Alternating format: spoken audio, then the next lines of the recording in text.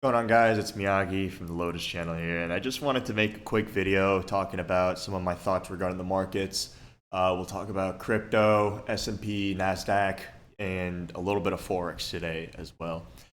Before we jump into anything though, if you haven't joined our Discord, make sure you do so. It's completely free. Link will be in the description down below. This video will also be posted in the Discord, but some of the things that you can expect from us are, very frequent crypto setups.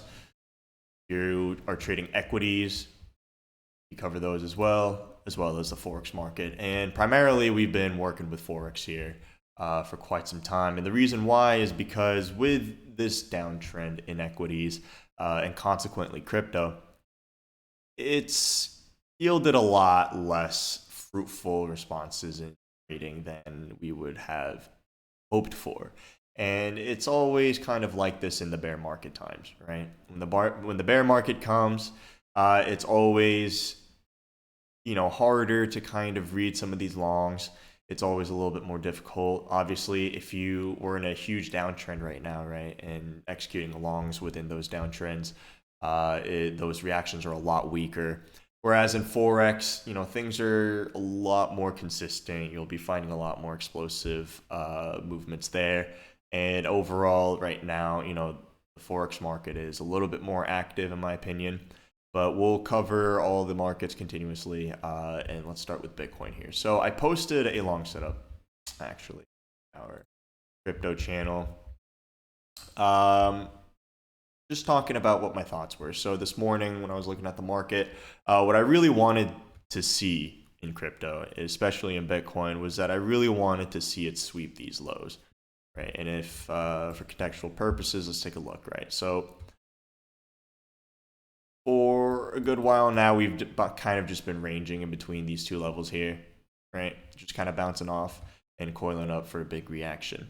Now, we did get that huge breakdown today, and this was expected, really, because we need to kind of sweep these areas of liquidity if you want anything, right? So if you're bullish, if you are somebody that likes to execute longs, you need to be looking for something like this, right? The market cannot always keep going up. It needs to sweep these levels for liquidity or some type of price action. And that's exactly what we got here today. And I really like the level that it came down to. If we kind of go down into a lower time frame, right, it bounced right off of this 886 level. Actually missed it by $100, but that's okay. So, and this is also giving us confluence here with another liquidity level, right? And a good way to kind of spot these areas of liquidity is when you, for example, see a huge, really, really fast price action and then see that candle retraced almost immediately. So I would say, this is also a good example here, right? These few candles here. You could even maybe consider this as a point of liquidity. This is just for example's sake, right? Not saying that this is a largely significant level, but this is kind of how you would look for these areas of liquidity. Anyways, going back into Bitcoin here, I like this movement here, right? So what I wrote earlier in the Discord here, right, is that the lows are in. I want to see some strength around 18,400. And my point of invalidation is at the previous low, which is around 17,600. And I'll show you all this in the chart in just a second. First, my two price take profits are going to be at 19,300 and 21,100. As a personal disclaimer, and I'm not a financial advisor, but it's because I am executing along right now in a bear market after a huge downtrend. I think it is worth noting that I've de-risked my position a lot. Right? I'm really not risking a lot here on this trade. I did take this trade. I got an entry at right around. We didn't get 18,400 like I wanted, but I did get an entry at 18,720. So I'm in this long right now. Very, very low risk, and I'm willing to be wrong on this one here, honestly. So, but I think that this is a really good level if you are bullish. You want to see some movement. We swept the lows, right? That was the plan initially. We got exactly that, and honestly, I think that if this reaction can stay pretty strong, it's not crazy to say that we might even go up here to 22,300, right? I'm selling most of my positions right around here at the 786, right? That's where I'll take 65% of my profits. The rest of the 35, I'm gonna let it ride over to the 382. But I think this is a good area to look for if you are looking for any longs. This would definitely be the spot to look at one. Now, I do want to exercise caution here, though, because the S&P is a different story, right? Equities look pretty bad, right? Generally speaking, they do look pretty bad. And so on a macro scale, on a higher time frame, let's get rid of this here, but on a higher time frame, I mean, let's take a look at what happened, right? We got those COVID lows, right, in March. And ever since those stimulus checks have been coming in, right, people have been getting more engaged into the market. The Federal Reserve dropped interest rates. We were having a pretty good time here in late 2020, especially also in the summer of 21, right? June of 21, really impressive. But now is a different story, right? Now we've got a very significant downtrend, right? Very significant downtrend. We've got this trend line here. The supply line, and it's just trending down. So I will say this about equities, right? If you are bullish, I think that you need to be very hopeful that equities are able to hold these two levels here. That equities are able to hold either this level or this level. Right? And that goes without saying. I mean, these are really important levels right now when we're talking about the S&P and the overall stock market. So if you are looking for longs, you are bullish, you are still in positions that may be at a significant loss, right? These are the two areas that I would highly recommend you to look at. Reason I say this, because if we do lose these two levels, right, and I think that overall the more significant level that you should kind of be looking at is around here, is like at around 3,800. If we lose 3,800, I think without a doubt, I mean, let's take a look at it in the higher time frame. There's not really much here.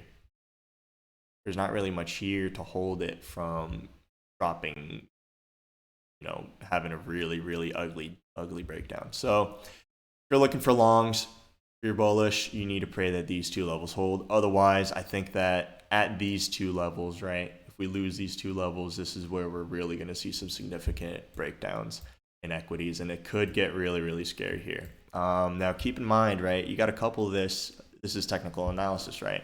We have to couple this with what's going on right now in the world, right? So obviously, for the past few consecutive months, the Federal Reserve has been increasing its interest rates, trying to keep inflation down. Right now, inflation is pretty high in the U.S., right? We're looking at around 8%. And there are a lot of economists that are saying that the actual number, the actual percentage is much higher. Now, obviously, the data that's available to retail investors, it's hard to say which is true, right? Whether the Federal Reserve is telling the truth or whether it's going to be, private banks. But needless to say, I think the bottom line is, and I think everybody agrees with this, is that it looks pretty ugly right now, right? It's not looking great in the U.S. Now, with that being said, it looks much worse in other countries, right? So if you are following closely the situation that's happening right now with the euro, right, with these European central banks, they are a complete mess. They're dealing with oil shortages, which is significant, right? I mean, the energy sector in Europe, I mean, they're getting most of it outsourced from Saudi Arabia and Russia. With Russia now, politically speaking, right, now they're at a much more hostile position. They can't get their oil from Russia anymore, and so they have to default to the Saudi Arabians, right?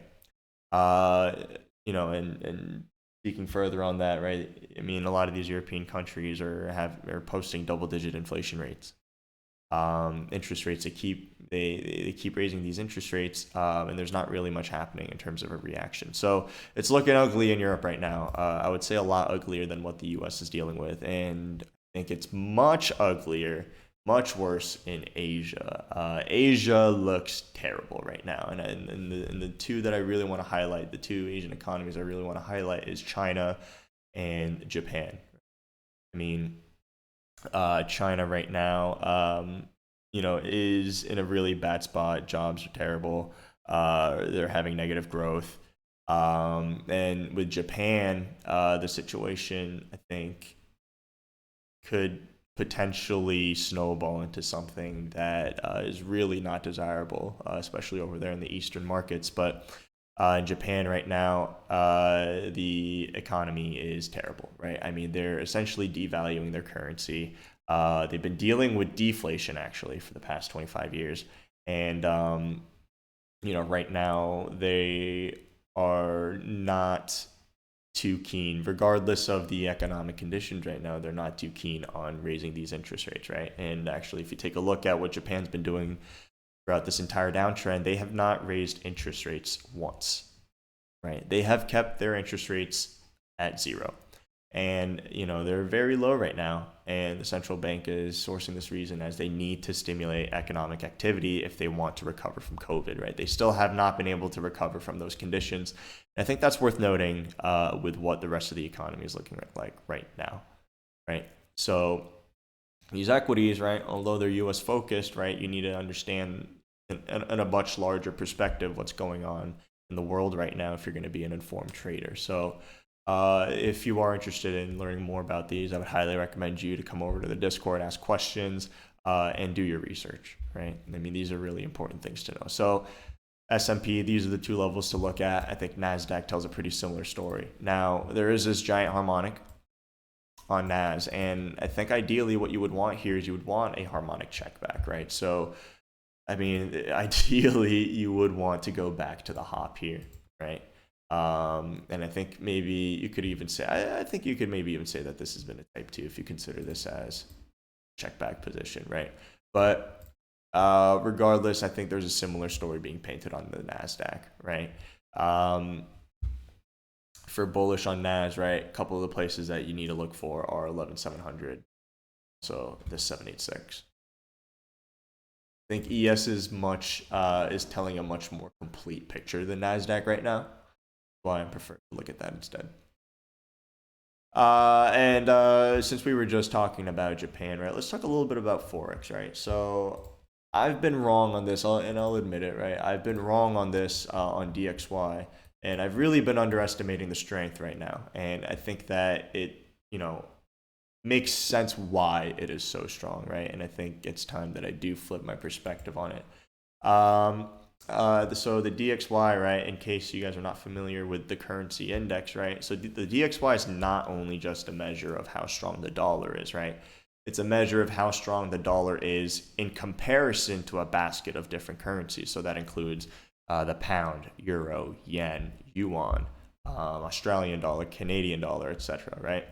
So it's a comparison of the United States' strength, the dollar strength, compared to other foreign currencies, right? So DXY, I think, is going to be very strong here. And throughout this entire recession, right, throughout this global recession that we're about to face, I think DXY is going to be very strong as well, right? So the situation is bad, right? Economically speaking, the situation is very bad in the US, but it's looking much worse abroad, right? And I think that it's not really crazy to say that DXY will revisit the 120s here. I think that, if you were going to have some economic conditions, right, to warrant this is the time. This is the time. This is also, politically, this is also the time where it would make the most sense for the dollar to be strong here, right? Like I said, right, Asia's not raising interest rates. Japan has not raised interest rates, and they are kind of put in a position where they actually can't, right? They feel like they can't raise interest rates right now, or that could potentially be worse for the economy. So as long as those interest rates stay low in Japan, right, overseas, as long as Europe is dealing with double-digit inflation, the DXY is going to be strong. And I think that this is a situation that could change very quickly, very fast, right? I think that it's not really going to take much economic or political news for the DXY to kind of turn around and retest some of these key levels here, right? But with that being said, I'm not sure that